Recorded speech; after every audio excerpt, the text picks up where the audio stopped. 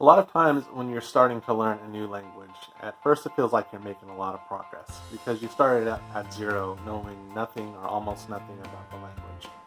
And then you're learning new words and you're learning how to perform basic sentences, and you're growing and you're starting to do a little more complex stuff. But for almost everybody, if you've studied a language long enough, you get to that point where you're at a plateau, where you're still putting in the time, but you still don't see that you're making the progress. And this is normal. However, there's a lot of different reasons that cause this, so there's a lot of different solutions to get you past that. Today I just want to talk about one of those possible solutions, and that's going back to basics. Vince Lombardi was a famous football coach back in the 1960s, and he coached the Green Bay Packers as the head coach for 7 years. During those 7 years, the Packers won the championship 5 times. Out of the many things that Vince Lombardi is famous for, one of them is going over the basics with his team. In 1961, at the beginning of spring training, he had his team gathered around him and he held an object in his hand. He said, "Gentlemen, this is a football." Now, and then he went on and explained the length of the football. He talked about the football field, how long it was. He talked about scoring. He went over all the basic rules of football, went through all the playbooks, the plays in the playbook, all the basics. Now, he wasn't talking to football novices.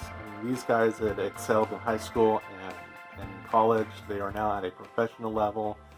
And it was a good team too. The previous year, they had almost won the championship. I mean, these guys knew their stuff. But Vince Lombardi felt that for his team to win, they had to know the basics better than anybody else. And so every year, he started off with the basics. So I've seen that same concept in play in many areas of my own life. And one of those areas is in playing piano. When I was younger, I took piano lessons for several years, and I got pretty decent at playing the piano. I played in a rock band for a few years. I was the choir pianist at my church, and I also played the organ at my church for several years. So I got pretty good at it. Not, the best pianist ever, but pretty decent. And a few years back, so when you're taking piano lessons, at least my teacher, we would I would get the song good enough to be passed off and go on to the next song. I don't think I ever perfected a song. Usually it was just, I did pretty well, okay, it's time to move on to the next song. So a couple of years ago, I went back and I just went over, I found my old lesson books, my old piano books, and I went over some of the easy stuff. I just really wanted to perfect the easy stuff and move on. And I noticed by doing that, getting the basics down and going over some of the music theory that I hadn't really thought of for several years, did it help me improve as a piano player. So let me talk about Duolingo for a minute. And I always feel weird and self-conscious doing this because sometimes it feels like I'm the only language learning enthusiast on YouTube that likes Duolingo. There may be one or two others, I don't know. With Duolingo, for most of its languages, there's these language tips that correspond to each lesson. And you can go and read these and explain some of the grammar behind the lessons. And watching other people use Duolingo and also watching myself, I think most people just skip right past those. They don't ever look at those. They're just doing the exercises. And that's not necessarily a bad thing. The reason I don't read them is, that's not how I learned English. When I was 18 months old, my mom didn't throw me an English grammar book and say, "Hey, here's a grammar book. You're 18 months old. Learn English now." I mean, that's not how you learn a language. Grammar is important, but grammar shouldn't come first. And the second thing is, when I do read these language tips before doing exercises, especially for a language I'm not too familiar with, it doesn't really seem to sink in. The concepts, I haven't seen them yet, and so I haven't used them at all. So, I don't really grasp them the first time I read them. So I have to go back and read them later. I do think it's a good idea to go back and read these lesson tips after you've done a few of the exercises, because by then you've already been exposed to what they're trying to teach you, and you're going to grasp it better, and it's going to sink in more.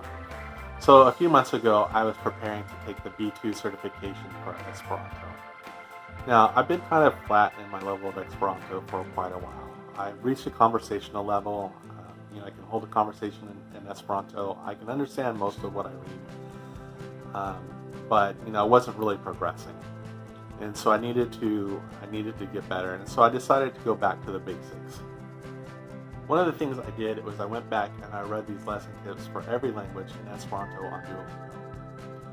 Now, some of that was wasting my time because of stuff that I had already mastered, but sometimes I found stuff that I kind of missed just by moving forward in the lesson without really having grasped it. Now, you could just click on every one of these lessons and read the tips, but I also found a website, duome.eu, where someone has compiled all of these tips together in one page, and you can just scroll down and read all of them all at once. And that for me was a lot easier.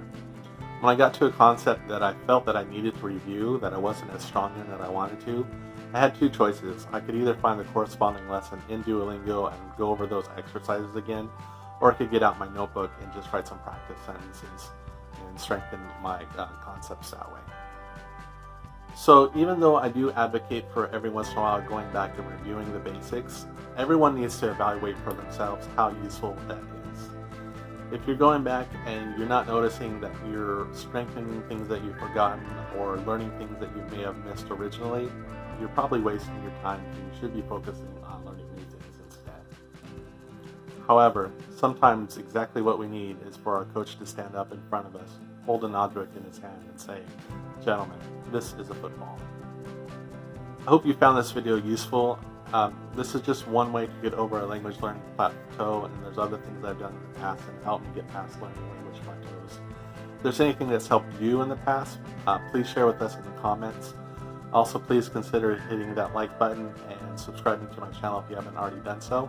And I'll probably see you next week with another video.